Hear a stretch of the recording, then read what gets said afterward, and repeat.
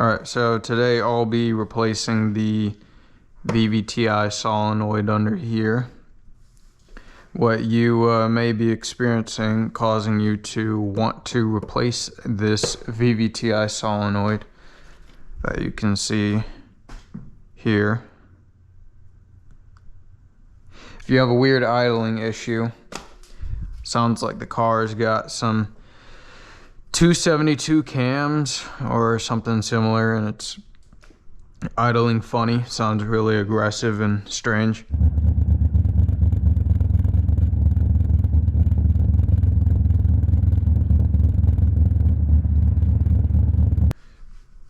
Idling up at 1.5 thousand, 2,000 RPM, and it's just got a weird vibration and it's driving funny, or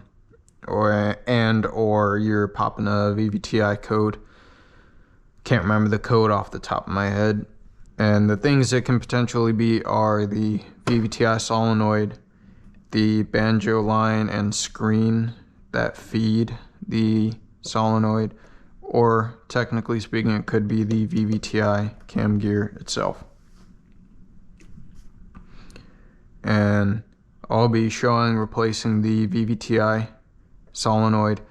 What I recommend is pulling this banjo bolt out. It's 22 millimeter, popping that line off, tucking it out the way. The screen, the little filter screen, will either come with the bolt out and be stuck at the end. Don't let it fall down there, or it'll be caught in the cam cap, and you can use some needle nose pliers to pull it out carefully, very carefully. Pull it out, clean it out, the screen out, and clean the inside of the cam cap out, or the oil galley for the VVTi. So yeah, I recommend doing those both at the same time. I very recently cleaned it out, cleared the screen and everything, and that didn't solve my issue. So pretty sure it's my VVTi solenoid, or at least I hope.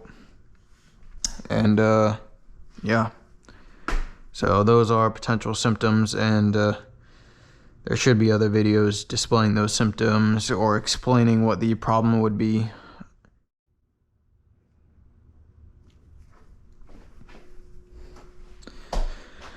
Alright, so changing out the VVTi solenoid, or oil control valve, part number 15330-46010. Also can come as -46011.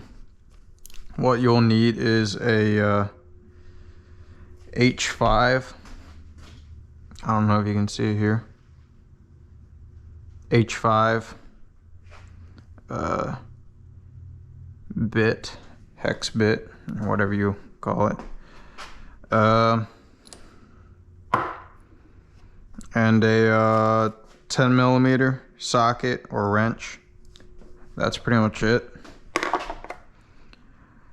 Now, if you need to use a ratchet on these because they're tight, you know, you may have to do that. Just gonna use this little stubby here.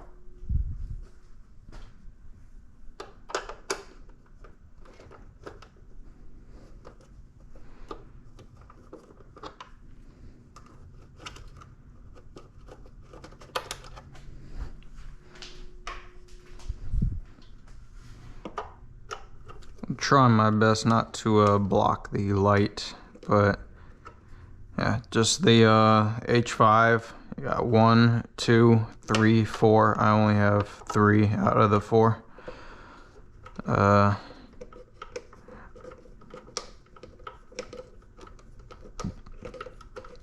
they may want to strip out,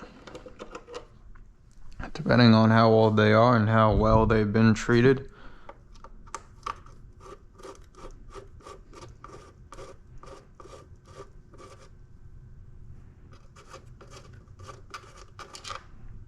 It's the third one out of my 3 that I even have.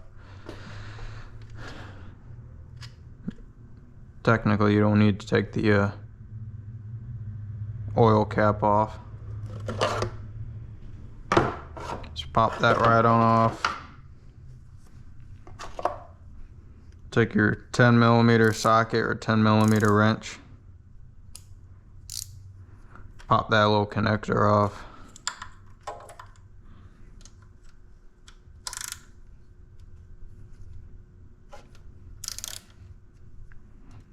Take this 10mm bolt out. I've already replaced it. I'm just making this video just because the previous times I tried it, I didn't like the way it came out. So you just take the old one out, toss it to the side, take the new one, slap it in.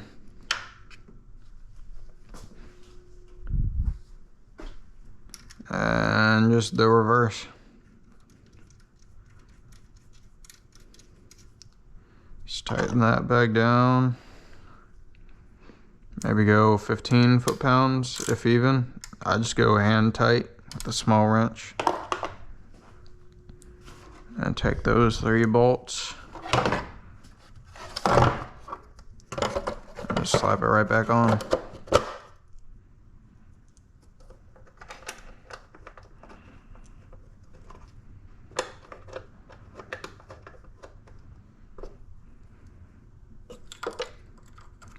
Pop the connector back on at some point.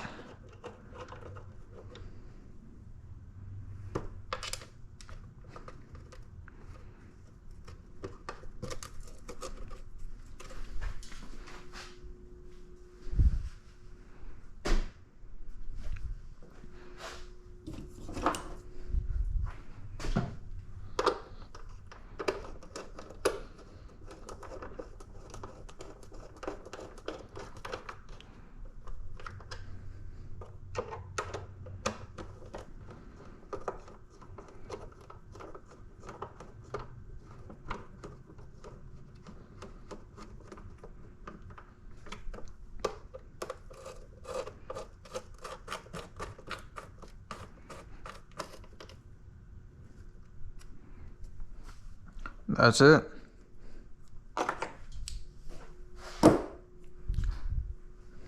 $10mm wrench, socket, H5 bit. That's all it is. That's all you need.